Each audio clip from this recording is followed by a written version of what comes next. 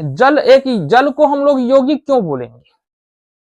जल को एक यौगिक क्यों बोलेंगे? देखो, प्रश्न का उत्तर तो बहुत सारे तरीके से दिया जा सकता है। हमने क्या कहा, इसको तो तत्व नहीं बोल सकते हैं। दो तीन बात, H2O पकड़ो बाबू, H2O का मतलब जल होता है ना, तो H2O को पकड़ते हैं। बोलो यहां से, H2O इसको बोलते हैं जल। यहां पर दो अलग अलग पदार्थ है, एक तो हाइड्रोजन है हमारा, क्या है, एक तो हाइड्रोजन है और दूसरा हमारा ऑक्सीजन है। ठीक है, दो अलग अलग तत्वों के परमाणुओं से मिलकर के बना है। अब दो अलग अलग तत्वों के परमाणुओं से तो मिश्रण भी बनता है। दूसरी बात है ना, यहां पर हाइड्रोजन और ऑक्सीजन 1:8 में यहां पर संयोग करता है। मतलब अनुपात निश्चित है, जल बनने के लिए हाइड्रोजन और ऑक्सीजन का जो अनुपात चाहिए वो 1:8 ही चाहिए। जल एक यौगिक क्यों है?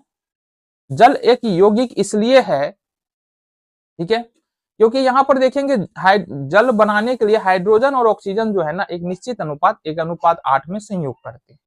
ठीक है, इसके बाद क्या है ना, जल H2O को क्या कर सकते हैं, इसमें अगर विद्युत धारा प्रवाहित करते हैं, है ना, विद्युत धारा प्रवाहित करेंगे, इलेक्ट्रिक करंट इसमें डालेंगे, तो ये हाइड्रोजन और ऑक्सीजन में अलग होता है, दो शुद्ध पदार्थों में अलग होता है, दो तत्वों परमाणुओं में अलग हो जाता है।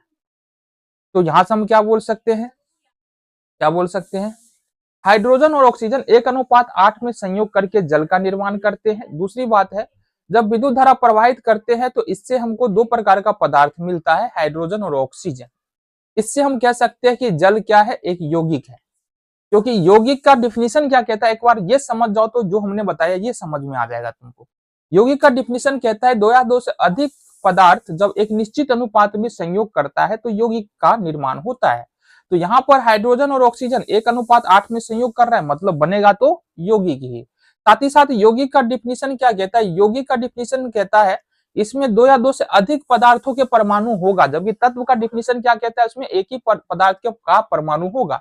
इसका मतलब देखो, हम अगर बोले हाइड्रोजन तो ये एक तत्व है, ऑक्सीजन यह एक तत्व है, बट अगर हम बोले तुमको H2O तो यह एक यौगिक है। क्यों है, क्योंकि इसमें दो पदार्थों के परमाणु है, दो अलग अलग तत्वों के परमाणु, बट ऑक्सीजन में सिर्फ ऑक्सीजन का परमाणु है और हाइड्रोजन में सिर्फ हाइड्रोजन का परमाणु है।